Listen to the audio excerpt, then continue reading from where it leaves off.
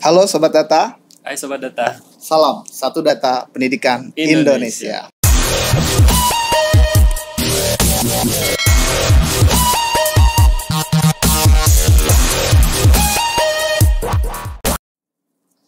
Oke.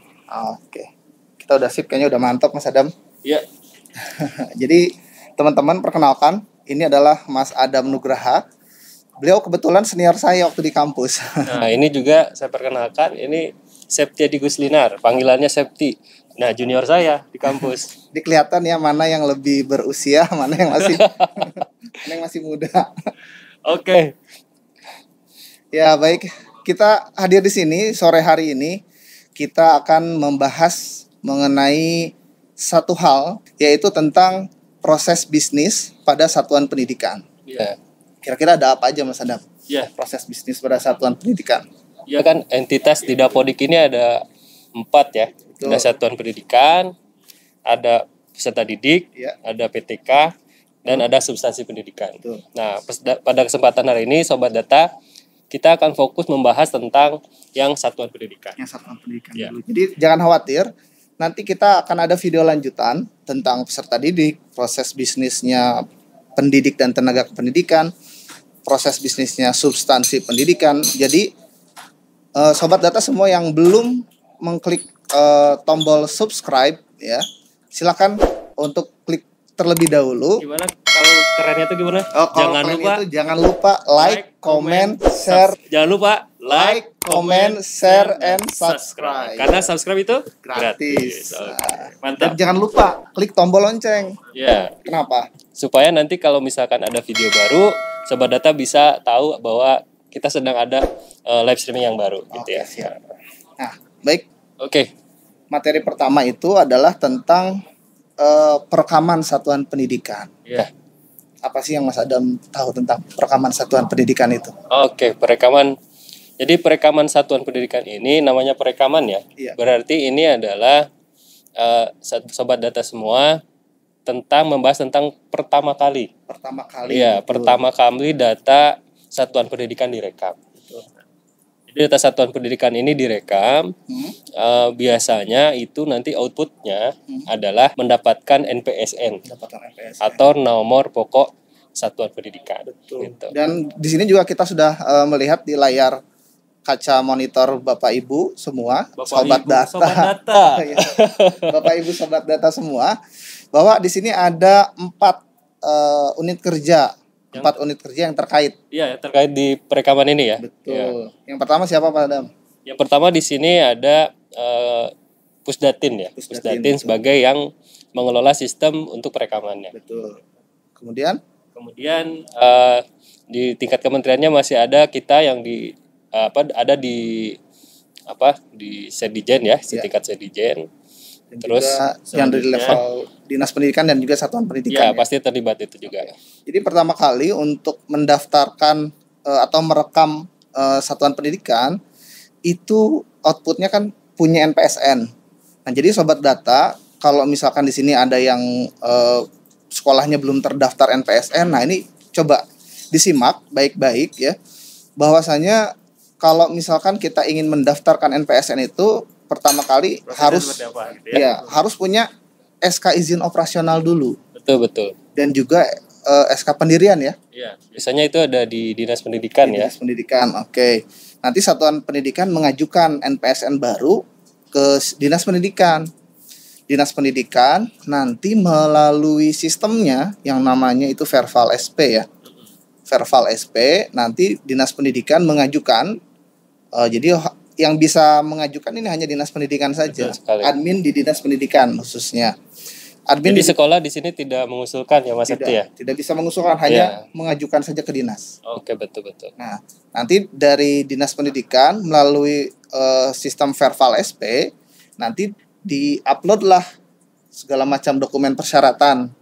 Nah, nanti setelah masuk ke dalam sistem Verval SP, nanti pihak Pusdatin yang melakukan verifikasi tentang dokumennya. Iya, betul sekali. Kalau dokumennya udah sah, udah oke, udah valid lah ya, udah sesuai dengan syarat yang tertera pada sistemnya di Pusdatin, maka nanti NPSN akan diterbitkan kalau memang sudah disetujui.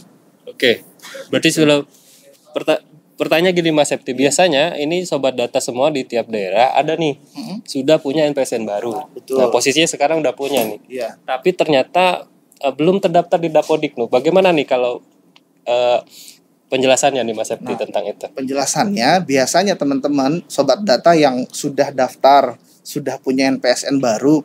Nah, itu di sistemnya Pusdatin itu mereka melakukan push atau mendorong Push data ya. Iya, push data ke database-nya Dapodik. Iya. Nanti biasanya ketika push data itu berhasil masuk ke database-nya Dapodik, admin Dinas Pendidikan melalui aplikasi manajemen Dapodik itu bisa melihat daftar sekolah baru khususnya yang sudah masuk ke sistem, dan juga di sana ada kode registrasinya. Oh gitu.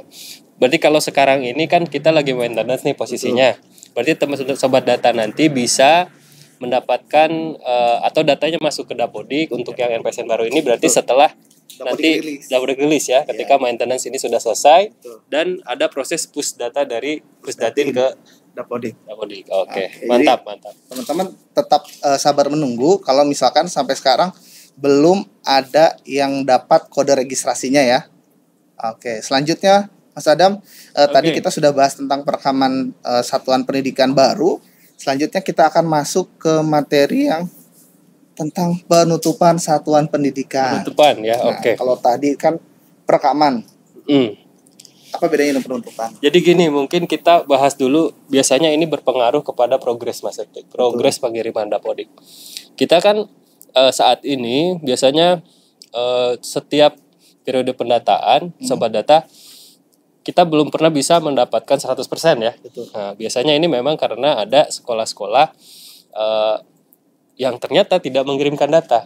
Oh, jadi mereka nggak aware sama aplikasi Dapodik gitu ya? Nah, ini yang harus kita amati sama-sama sobat data semua. Gitu. Kira-kira apakah karena belum ditutup atau seperti apa? Oh gitu, iya. kan? Jadi tepat sekali dengan materi yang disampaikan pada hari ini juga. Seperti yang sobat data lihat di layar monitor Bapak Ibu di kanal YouTube Bahas Dapodik, bahwasanya untuk proses penutupan ini adalah proses di mana sekolah betul-betul tutup. Ya, betul. Betul-betul tutup, habis SK segala macamnya sudah sudah ada SK penutupan dari Dinas Pendidikan setempat ya. Nanti Dinas Pendidikan setempat ini mereka mengusulkan untuk penghapusan atau penonaktifan NPSN. Iya, betul. Ya. Nah, itu biasanya penonaktifan NPSN kan dilakukan oleh Pusdatin, Bapak sobat data semua ya. Tapi Mas Septi, yang satu syarat penting dalam penutupan satuan pendidikan sobat data semua, yaitu harus ada dasar penutupannya. Oh, betul. Dasarnya yang harus betul. Jadi tidak bisa sembarang satuan pendidikan ini ditutup. Betul. Nah, itu mungkin yang menjadi permasalahan ketika misalkan sekolah ini kok misalkan masih ada di progres tapi tidak ada di belum tutup juga gitu kan. Nah, ini karena biasanya itu. Jadi mungkin bisa jadi dinasnya nggak ada dasar hukumnya langsung mengusulkan tutup hapus NPSN, tiba-tiba sekolahnya kaget. Oh, kok ternyata NPSN saya terhapus gitu ya. Nah, iya, jadi ketika tidak ada SK itu berarti nanti pengusulan ini tidak akan diterima. Oke. Nah, jadi kalau untuk penutupan satuan pendidikan itu membutuhkan pertama SK penutupan dari kepala daerah ya untuk sekolah negeri ya. Iya. Kalau untuk sekolah swasta mungkin dari yayasan. Dari yayasan cukup ya. Cukup. Ya, cukup dari yayasan. Nah, itu menjadi dasar nanti untuk Pusdatin mungkin ya di Perpal SP untuk meng-approve ya, menyetujui bahwa ini benar. Sekolah ini sudah sah ditutup. Gitu. Oke, jadi nanti ketika sudah ditutup di Pusdatin akan masuk ke sistem Dapodik, nanti di Dapodik hilang. Ya. Hilang dari progres. Ya, secara referensi di NPSN di NPSN juga sudah tidak ada. Kalau kita menggunakan penutupan satuan pendidikan ini. Sobat data, kalau misalkan ingin mencari referensi satuan pendidikan itu ada di mana Mas Adam? Itu referensi.data.kemdikbud.go.id ya. Di sana ada daftar referensi NPSN. Kemudian NISN juga kalau saya tidak salah ada di sana ya. Betul. Jadi nanti kalau misalkan sudah resmi ditutup, ya di Dapodik, ya di data referensi itu tidak ada data sekolahnya gitu. Itu Oke. berarti sudah resmi ditutup. Mantap, luar biasa nih. Teman-teman sobat data gimana? Sudah mulai ada timbul pertanyaan? Kalau misalkan ya, betul, ingin bertanya, kita pun menyediakan wadah untuk bertanya. Bapak sobat data bisa bertanya dengan komen di Instagram Ya. dapodik_official. Ya, jadi kalau misalkan belum follow, ya silakan follow juga Instagram kita, yaitu dapodik_official. Dan juga bisa komen di live chat di YouTube ya. Live chat kita. Oke. Nah, baik, kita lanjut ke bahasan selanjutnya, yaitu tentang penonaktifan. Kalau tadi penutupan, sekarang penonaktifan. Apa bedanya, Mas Adam? Jadi begini, kita sebelum ke sana, ini tentang nanti kan kita saat ini telah bergabung ya. Betul. Jadi ruang lingkup pendataan kita sudah menjadi luas sobat data. Jadi kita ada teman-teman PAUD, Betul. teman-teman dari Dikmas juga. Betul. Nah ini sudah tergabung sehingga nanti untuk dari segi progres nih, dari segi progres pastinya nanti akan menurun nih Mas Septi. Iya. Iya, biasanya kan kita mencapai 99, sekian. Iya. Nah, itu dengan jumlah sekolah di jenjang Dikdas dan Dikman itu ya di 200.000 jenjang ya? pendidikan Dikdas dan Dikman sekitar 200.000 sekolah. Bertambah jenjang PAUD dan Panduan dan Dikmas juga sekitar 200.000 sekolah. makin banyak ternyata ya sobat data ya. Betul. Nah, ini nanti dari segi progres pengiriman, nah itu kemungkinan bisa yang biasanya 99 sekian persen, Iya. mungkin nanti akan menurun karena untuk di PAUD Dikmas biasanya kalau pengalaman dari data yang sebelumnya itu sekitar 60-70% terkumpulnya. 70% terkumpulnya. Nah ini tantangan untuk kita bersama-sama. Luar biasa, kalau hitungannya sekitar 200.000, 60-70% tuh 30% yang nggak sinkron, berarti ya banyak banget. Nah ini menjadi tantangan untuk kita semua. Iya. Nah jadi sobat data nanti kita pastikan nanti ketika sobat data sudah punya NPSN, sudah bisa input Dapodik, pastikan harus kirim ya. Betul. Pastikan harus kirim. Siap. Nah salah satunya Mas Septi untuk bisa menaikkan progres ini selain misalkan teman-teman sobat data ini sinkron, Iya. gitu ya, itu adalah dengan penonaktifan satuan pendidikan. Caranya Iya. gimana Mas Adam? Siapa saja yang berperan di sana? Nah, mungkin saya akan bedakan dulu ya. Iya. Apa sih bedanya penutupan satuan pendidikan dengan penonaktifan satuan pendidikan?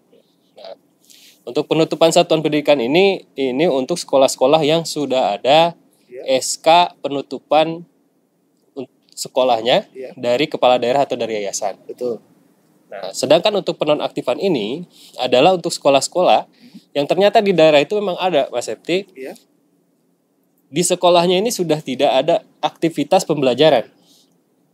Tidak ada siswa, tidak ada guru, tidak ada pembelajaran, tapi belum ada SK penutupan. Betul. Nah, bagaimana di sobat data semua ada sekolah yang seperti itu? Jadi bedanya penutupan dan penonaktifan, kalau tutup kan tadi NPSN-nya dihapus. Betul. Nonaktif? Nah, untuk nonaktif ini secara untuk NPSN-nya di sini masih aktif. Masih aktif, betul. Nah, namun kita berikan tanda kepada satuan pendidikan ini bahwa di sana sekolahnya itu tidak beroperasi. Tidak beroperasi. Gitu. Iya. Sehingga untuk program-program kalau misalkan ini bisa jadi penanda ya di progres pengiriman juga nanti tidak akan dihitung. Betul. Nah, ini menarik kan? Jadi progres kita bisa naik tuh kalau memang ada seperti itu. Justru jadi dinas pendidikan baik itu provinsi maupun dinas pendidikan kabupaten kota, ketika ada sekolah-sekolah yang tidak aktif karena mungkin peserta didiknya belum ada. Ya, karena sudah tidak ada kegiatan pembelajaran. Tidak ada kegiatan pembelajaran, bisa menandai sebagai sekolah tidak aktif ya. Betul Dan sekali. progres pengiriman sekolah di wilayahnya menjadi naik. Betul, pastinya. Betul. Karena kan kalau ada sekolah tidak sinkron gitu kan, tapi tidak dilakukan penutupan, tidak dilakukan penonaktifan, maka itu akan mempengaruhi progresnya. Jadi progres daerah tersebut. Para admin di dinas pendidikan nih harus betul-betul menyimak ini. Caranya bagaimana, Mas? Ya, caranya pertama, jadi aktor yang pertama melaksanakan ini adalah dinas pendidikan. Betul. Jadi fiturnya itu ada di dinas pendidikan. Namun sebelum mengusulkan sebelum mengusulkan pastinya harus ini dulu harus melakukan identifikasi dulu, identifikasi tentang apakah ada sekolah yang tidak beroperasi di daerahnya. Betul. Nah, jika ada, maka ini dapat diverifikasi kepada pengawas sekolah. Jadi pengawas punya andil di sini ya. Iya, betul. Dan pengawas sekolah misalkan dikonfirmasi, oh iya sekolah itu tidak beroperasi. Betul. Nah, sehingga memang sudah betul tidak beroperasi, nah bisa kita lihat ya di diagramnya. Iya. Itu nanti akan dicek lagi. Iya. Ya, ada nggak SK penutupannya gitu. Siap. Iya. Kalau ada SK penutupan berarti tidak perlu diproses penonaktifan. Betul. Langsung tutup aja gitu. Tutup aja, Nah, iya. tapi kalau tidak ada SK penutupan, Iya. maka selanjutnya adalah sekolah Ditandai. tersebut dapat diusulkan untuk dinonaktifkan. Oh, yang mengusulkan Dinas Pendidikan melalui manajemen Dapodik. yang memverifikasi. Nah, betul. Setelah itu akan Dinas Pendidikan tidak bisa langsung menonaktifkan, tapi Iya. akan ada verifikasi dulu dari LPMP atau PP PAUD atau BP PAUD nanti. Oke, siap. Jadi jika memang itu setelah disetujui gitu ya, nah maka kalau memang sudah disetujui oleh PMP atau PP PAUD atau BP PAUD, maka sekolah tersebut telah dinyatakan nonaktif. Nonaktif dan tidak akan terdaftar di progres. Ya, dikecualikan nanti di progres. Ya, program-program kalau misalnya nanti pihak Kemendikbud Ya. ada program-program bantuan, sekolah itu diekskludkan. Sudah ditandai gitu kan bahwa itu tidak beroperasi. Gitu. Baik, betul sekali. Nah, terus selanjutnya Mas Septi, untuk penonaktifan tadi itu kalau misalkan bagaimana kalau misalkan sekolahnya aktif kembali. Nah, itu jika memang belum ditutup gitu ya, belum ada SK penutupan, itu dinas bisa mengaktifkan lagi. Iya. Gitu, dinas bisa mengaktifkan lagi seperti itu. Baik. Jadi ada tombolnya ya. Betul, ada nanti. Jadi gak usah khawatir kalau sudah dinonaktifkan itu datanya bisa diaktifkan lagi. Jadi di kita ini tidak ada penghapusan secara hard delete ya, Iya. tapi semuanya juga soft delete. Delete ya, Karena itu memang bisa dibangkitkan lagi dari kubur lah istilahnya kalau itu Jadi, sobat data. Ya, admin dinas jangan khawatir juga ya. Jadi tinggal ada sistem atau fiturnya itu di aplikasi manajemen Dapodik yang loginnya oleh Dinas Pendidikan. Iya. Baik. Oke. Selanjutnya tentang penggabungan satuan pendidikan atau merger atau istilah lain itu regrouping. Iya. Bagaimana Mas Septi ini kalau yang merger ini? Nah, yang merger ini teman-teman, karena kita ini sudah ada sudah berkolaborasi dengan Dana BOS, pencairan Dana BOS. Iya. Maka ini harus hati-hati. Iya, betul sekali. Jadi para admin dinas pendidikan ataupun pihak para stakeholder pimpinan di dinas pendidikan ketika ingin memerger atau meregrouping penggabungan 2 sekolah, 3 sekolah menjadi satu sekolah, itu kami himbau dilakukan pada periode setelah sekolah tersebut menerima pencairan Dana BOS tahap 2 ya. Dan tentunya sebelum cut off ya. Dan sebelum cut off Iya.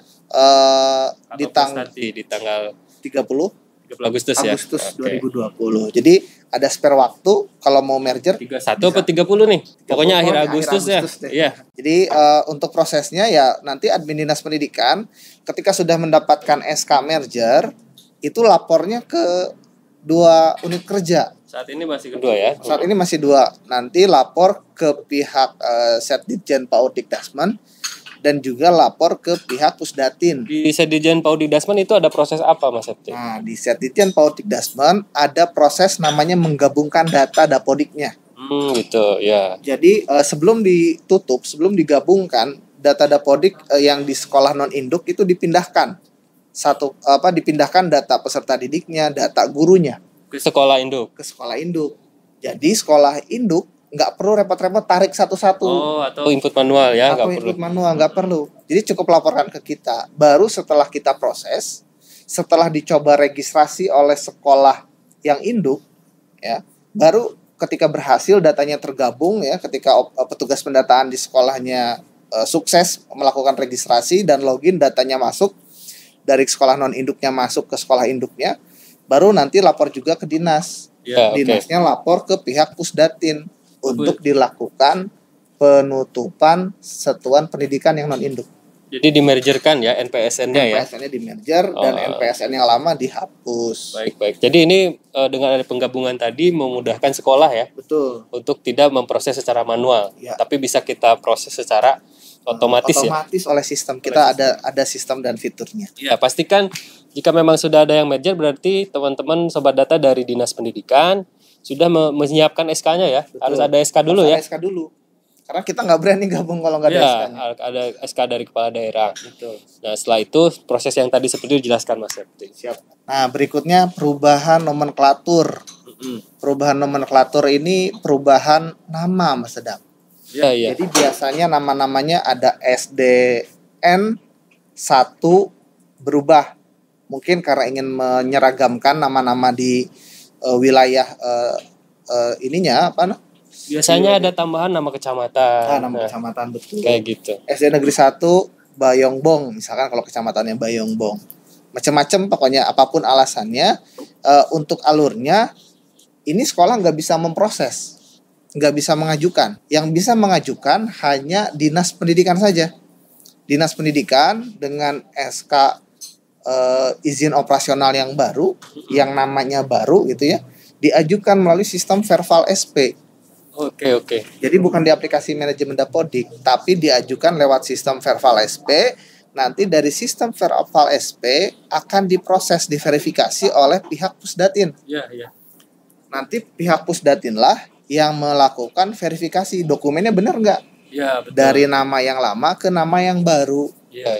SK-nya benar atau tidak? Jadi cukup diajukan di Verval SP ya. Cukup diajukan di Verval SP, tapi yang memproses Namanya dinas. berubah. Kalau sekolah tinggal sinkron aja, nanti otomatis berubah di aplikasi Dapodik. Berarti menunggu kabar dulu dari dinas gitu ya. Betul. Oh, ini sudah di approve gitu kan? Iya, Nah, misalkan di manajemennya sudah berubah, berarti sekolah sudah bisa sinkron ya. betul.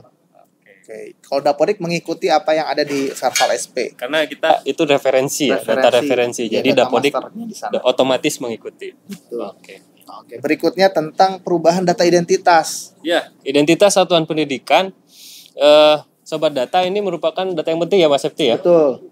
Kadang kita kadang menyepelekan tentang data ini. Karena contohnya nih, identitas itu kan seperti misalkan sobat data menyadari tidak ada sekolah-sekolah yang misalkan kalau kita tanya sekolah paling tua. Iya. Nah, ternyata bisa kita lihat biasanya dari pendirian. SK pendiriannya. Itu Jadi tahunnya asal. Nah, tahunnya itu ada yang tidak wajar gitu kan. Aduh. Banyak yang tidak wajar. 1911 misalnya. Sebelum Indonesia merdeka itu. Lama banget kan. Itu kan nggak wajar gitu. Iya, betul. Nah, terus selanjutnya contohnya biasanya yang terlewat juga itu dari segi alamat. Alamat palsu jangan-jangan. Bisa jadi. Sobat data harus perhatikan alamat sekolah sobat data, baik itu dusunnya, jalannya gitu ya. Desa, alamat ya. Setahu saya ini bisa dirubah oleh sekolah. Oh ya, Iya, jadi betul. sobat data harus memperhatikan betul tentang identitas tersebut. Oke. Dan yang satu lagi nih yang menarik, Mas Septi ya, Iya. tentang titik koordinat. Titik koordinat kenapa nih? Titik koordinat ternyata banyak ribuan sekolah, kita telusuri ya. Ada ribuan sekolah ini titik koordinatnya masih belum ditentukan Iya. atau nol. Nah, apakah itu salah satunya punya sobat data? Coba evaluasi lagi, coba lihat lagi, ya. Jangan titik koordinatnya nggak tepat. Iya, jangan punya sobat data itu ada yang kosong gitu kan? Gimana ngubah titik koordinat itu? Titik koordinat ini karena masuk ke referensi ya, Iya. itu dia di Verval SP. Di Verval SP.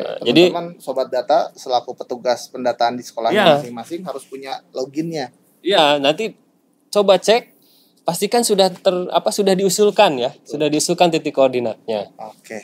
Nah, jadi jangan sampai nanti kosong karena data identitas ini Mas Septi konsumsi umum. Konsumsi umum, Iya. betul. Bisa kita lihat misalkan di profil sekolah ya. Iya. Jangan sampai ketika misalkan ada orang tua siswa gitu kan, atau halayak umum mau ngecek data sekolah kita, Betul. Ternyata ketika kita cek titik koordinatnya ada di laut misalkan, kan nggak mungkin. Wah, anak saya sekolah di laut. Atau di Kaget tengah nanti orang hutan tuanya. ya. Iya, betul. Yang tidak ada bangunan sekolah tidak kelihatan. Nah, ini tidak kita harapkan. Siap. Jadi pastikan sudah Sobat Data sudah update ya. Jangan sampai sekolah Sobat Data ini termasuk salah satu yang belum update titik koordinat tersebut. Oke, baik. Terima kasih Mas Adam atas informasinya. Ya. Waduh, kebetulan nggak paparannya sudah selesai nih. Wih, menarik ya. Seru sekali. Ya, baik. Bagi Sobat Data, tadi yang sudah bertanya di kolom komentar, baik itu di Instagram atau di live chat YouTube, kita akan bacakan. Pertanyaan yang pertama itu dari Henry dari Dinas Pendidikan dan Kebudayaan Kabupaten Bolaang Mangondo Utara. Woi, halo Pak. Pak Henry, Sobat Data kita nih. Apa kabar? Nah, ini pertanyaannya adalah yang mengeluarkan izin operasional sekolah itu Dinas Pendidikan atau Dinas Perizinan? Oke. Jadi biasanya kalau untuk surat izin operasional itu kan ada aturannya ya Mas Septi ya. Betul. Pak Henry bisa baca aturannya. Setahu saya itu ada 2. Yang pertama OSS, OSS saya lupa ininya. Jadi atau kadang juga ada daerah yang mengeluarkan izin operasionalnya sendiri gitu. Betul. Jadi di Dinas Pendidikan yang mengeluarkan. Tapi ada juga aturan tentang OSS itu bahwa ada satu pintu itu. Oh, ada satu pintunya. Ya, ada pelayanan satu pintunya gitu. Nah, berikutnya pertanyaan yang kedua itu dari Bapak Ade Saputra. Ini dari Yayasan Kasih Ibu Jember. Ini Jember ya. Dari tadi ya. Bolang Mongondo itu di mana tadi? Bolang Mongondo itu di Sulawesi kayaknya. Sulawesi Utara ya. Oh, sekarang kita beralih ke daerah Jember. Jember itu Jawa apa ya? Timur kayaknya. Jawa Timur. Baik, dari Pak Ade Saputra, ini kalau yayasan saya punya TK, KB, TPA dan SPS, berapa NPSN yang bisa diterbitkan? NPSN yang bisa diterbitkan. Ya. Oh iya. Itu biasanya berarti kan ini PAUD ya. PAUD ya. Itu PAUD itu terdiri dari TK, KB, TPA dan SPS. Betul. Nah, berapa NPSN yang bisa diterbitkan ya tergantung izin operasionalnya, betul tidak Mas Septi? Iya, dan kan? Terus izin operasionalnya apa? Ya, jika memang masing-masing memiliki izin operasional berarti bisa diusulkan NPSN-nya. Kecuali izin operasionalnya satu, tetapi menyelenggarakan beberapa layanan. Ya, bisa juga. Biasanya itu sepertinya formatnya seperti di PKBM kalau kayak gitu ya. Ya, atau kalau layanan itu masuk ke layanan. Berikutnya pertanyaan yang ketiga yaitu dari Bapak Yusuf dari Dinas Pendidikan Kabupaten Serdang Begadai. Serdang Bedagai. Mohon maaf Pak Yusuf ya. Dari Provinsi Sumatera Utara. Sumatera Utara, wih, mantap. Dari Jawa kita ke Sumatera. Ini audiens kita seluruh Indonesia nih. Dari beberapa pulau Sabang sampai Merauke ya. Lupa like, comment, share, and subscribe. Karena kayaknya kita bakal sering ya kayaknya. Bakal sering kedepannya kita akan bakal sering streaming seperti ini. Jadi pastikan klik yang loncengnya itu loh. Kita iklan dulu ya. Ya baik, berikutnya dari Pak Sutrisno dari SMPK ST itu Paulus. Tadi Pak Yusuf belum ya? Oh Pak Yusuf belum? Iya, gimana Pak? Mohon maaf. Dari Pak Yusuf, bagaimana untuk sekolah yang merger? Apa saja yang harus dipersiapkan? Nah, tadi kan sudah kita bahas ya Mas Septi ya. Betul. Jadi ada SK-nya. Iya. SK-nya nah itu aja sih sebenarnya SK mergernya ya. Iya. Dan yang pasti itu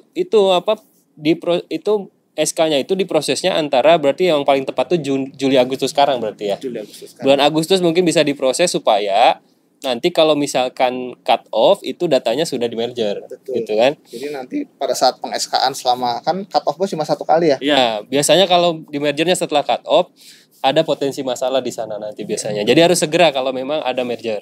Oke. Baik, terima kasih Pak Yusuf sudah bertanya dari Dinas Serdang Bedagai. Berikutnya Pak Sutrisno dari SMPK ST Paulus Sunter. Benarkah siswa kelas 7 nanti akan terisi otomatis, tidak perlu tarik data di Dapodik 2020-2021? Ah, ya. Itu betul Pak Septi. Betul ya. Betul.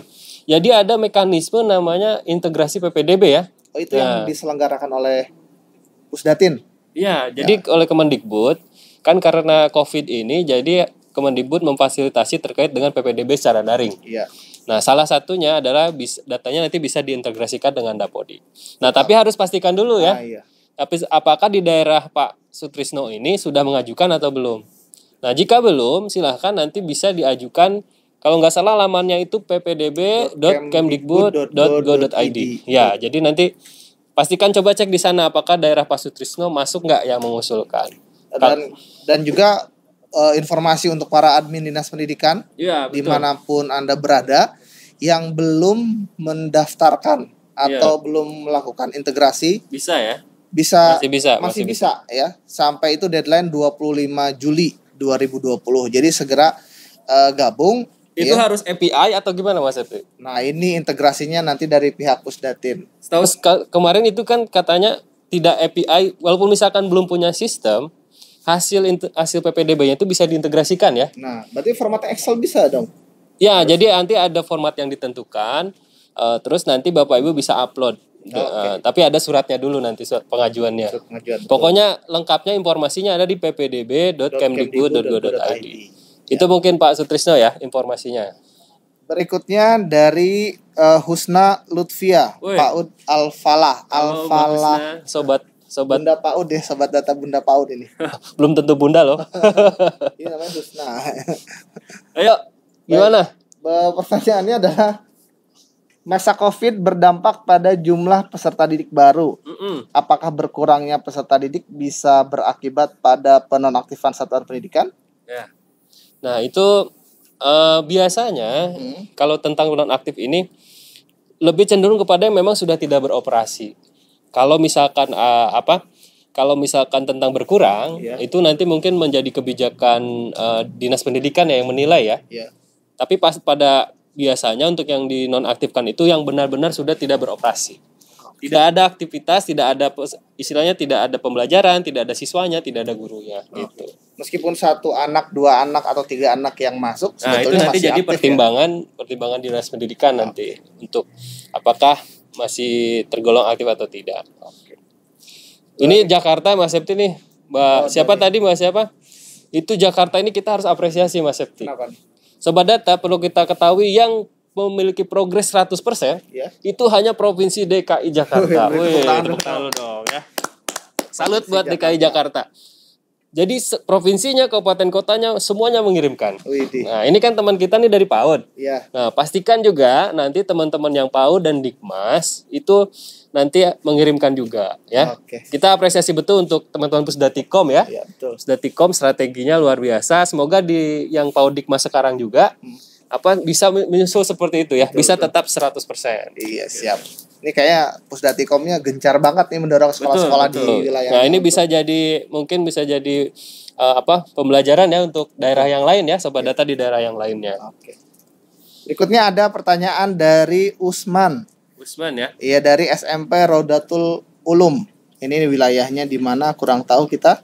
Pertanyaannya adalah bagaimana cara mengatasi nama yayasan terbaca lebih dari 1 di web pusat. Gitu. Karena di tempat kami ada jenjang SMP dan SMA dalam satu yayasan. Yang mana jenjang SMA salah tulis 1 huruf untuk nama yayasannya. Oh gitu ya.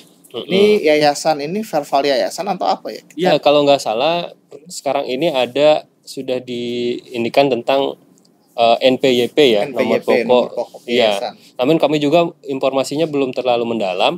Nanti Bapak Ibu bisa ini aja di referensi ya, di referensi. Nah, nanti bisa dicek. Kalau di Dapodik juga dipilih aja, pastikan yang betul. Baik, siap. Berikutnya dari ini. Ya. Berikutnya dari dari Ibu Isnaini Kabupaten Sukamara. Ini kayaknya admin dinas ini. Wah. Ibu Isnaini. Halo Mbak Isnain. Dari Kabupaten Sukamara, Provinsi Kalimantan Tengah. Iya, betul. Ini sobat data kita nih yang aktif di dinas ini ya. Betul, aktif di dinas. Kalau pertanyaannya adalah kalau ganti nomenklatur itu NPSN-nya tetap atau ikut ganti juga? Bagaimana Mas Septi itu? Ini harusnya kalau perubahan nomenklatur saja itu NPSN-nya nggak ikut berubah. Iya, pasti nggak berubah. Nggak ikut berubah. Masih pakai NPSN yang lama, tetapi hanya update di nama satuan pendidikannya saja. Ya, oke. Jelas ya, sebenarnya itu sudah jelas. Mungkin kita satu pertanyaan lagi ya. Supaya bulat. Baik, satu pertanyaan yang terakhir. Dari Bayi Haki dari Dinas Pendidikan Bener Meriah Provinsi Aceh. Ya, Udah bener meriah ya. Oke, sobat data kita ini dari daerahnya Aceh. Oke. Ini kayaknya admin Dinas Pendidikan ini. Tapi belum ada yang timur ya, Papua ini belum ada nih kayaknya. Belum ada yang bergabung. Iya, sobat data nanti bisa kasih tahu ya. Waktunya udah malam, Mas Adam. Oh iya, betul ya, udah ini. Pertanyaannya adalah bagaimana dengan satu sekolah tapi menyelenggarakan 2 kegiatan pada satu lingkungan yang sama. Satu sekolah, 2 kegiatan di lingkungan yang sama. Kemudian misalnya siangnya PKBM, paginya TK. taman kanak-kanak, apakah dapodiknya masing-masing atau digabung? Coba mohon dibantu penjelasannya Mas Adam. Jadi kalau PKBM, untuk PKBM ini dia layanannya itu adanya paling bisanya PAUD ya. Iya. PAUD. Tapi kalau misalkan TK itu harusnya beda secara NPSN-nya beda. Gitu. Jadi kalau misalkan PKBM itu bisanya melaksanakannya KB gitu kan, TPA, SPS, tapi kalau TK nggak bisa. Nah itu jadi tapi mungkin satu manajerial, tapi secara data itu dipisahkan kayak gitu. Mungkin seperti itu kayaknya. Jadi tergantung manajerialnya ya. Iya, jadi sama karena izin beda operasionalnya harus berbeda untuk yang TK-nya. Oh iya. Itu ya. Tapi mungkin kalau secara pengelolaan ya itu bisa dalam satu pengelolaan, misalnya satu yayasan gitu kan, seperti itu. Udah, teman-teman semua udah cek IG kita belum? Ya. Namanya, alamatnya apa Mas Septi? IG kita? Dapodik_official. Dapodik_official ada di bawah sini ya? Ada di bawah sini. Oh iya. Oh, canggih juga nih. Ada mana ya? Mana kok nggak kelihatan? ini nih. Sobat data di apa namanya di. Nah di sini nih. Di layar monitor kelihatan lah ya, ada di sini ya. Iya. Instagram Dapodik. Pastikan follow ya. Official. IG kita ya. Nanti ada info-info menarik di sana tentang Dapodik. Tetap selalu pantengi portal resmi Dapodik ya. Iya. Nanti di sana ada berita rilisnya. Ya, berikutnya pertanyaan kedua, bagaimana mengganti username untuk pengguna aplikasi Dapodik? Ini yang nanya ini petugas pendataan di sekolah ini. Iya, operator ganti ya. Username. Ganti username itu berarti kalau username itu berarti ya ganti akun. Ganti akun ya. Nah, maka harus diajukan ke Dinas Pendidikan. Oke. Jadi bawa surat tugas yang baru, emailnya yang baru gitu kan, ajukan ke dinas untuk ditambahkan. Jangan lupa yang lamanya dinonaktifkan ya. Nah, berikutnya yang pertanyaan ketiga, bagaimana penginputan siswa baru untuk versi 2020-2001? 2021. Oh, 2021, mohon maaf. Siswa baru ya diinput. Masih sama. Masih sama mekanismenya, iya. Seperti semester-semester sebelumnya di aplikasi Dapodik versi 2020. Kalau yang SD bisa tambah ya. Iya, bisa yang tambah yang kelas 1. PAUD juga bisa tambah. Iya. Nah, tapi kalau untuk teman-teman SMP, SMA, SMK itu tarik gitu kan. Terus bisa juga integrasi yang PPDB tadi. Enaknya itu ketika install Dapodik siswanya udah masuk gitu kan. Perlu repot-repot tarik-tarik ya. Makanya dorong terus di daerahnya untuk mengintegrasikan hasil PPDB-nya ke Dapodik. Oke, pertanyaan yang sebelum terakhir nih, untuk menu tenaga kependidikan, apakah guru dan kepala sekolah termasuk tendik? Oh, enggak dong. GTK ya, guru dan tenaga kependidikan. Guru udah jelas bukan tendik ya? Guru udah jelas bukan tendik, dia ada jenis PTK-nya tersendiri. Iya. Kalau kepala sekolah masuknya tendik. Ya, sekarang di bawah pengelolaan dari Ditjen tenaga kependidikan. Ditjen ya di bagian dari GTK ya, Ditjen GTK ya. Di sana kan. Tapi walaupun kalau misalkan di Dapodik, walaupun dia tendik tetap bisa mengajar kalau memang mau gitu ya. Kepala sekolahnya. Oke, mungkin itu saja pertanyaan kita di kesempatan live streaming kita hari ini. Terima kasih untuk para sobat data semua yang sudah menyimak. Juga tadi sudah menyampaikan pertanyaan di chat dan juga di IG ya. Iya, betul. Jangan lupa follow IG-nya ya. Terus yang apa lagi sama Septi? Sama tetap stay tune dan subscribe karena kita ada live streaming lanjutan yang akan membahas materi yang lebih menarik lagi. Ya, pembahasan selanjutnya nanti teman-teman pastikan aktifkan loncengnya itu supaya nanti mendapatkan notifikasi kalau kita ada video yang baru ya. Oke. Mungkin itu saja dari saya, Septiadi Gustinar, pamit undur diri. Saya Adam Nugraha. Salam Satu Data Pendidikan Indonesia. Terima kasih. Assalamualaikum warahmatullahi wabarakatuh.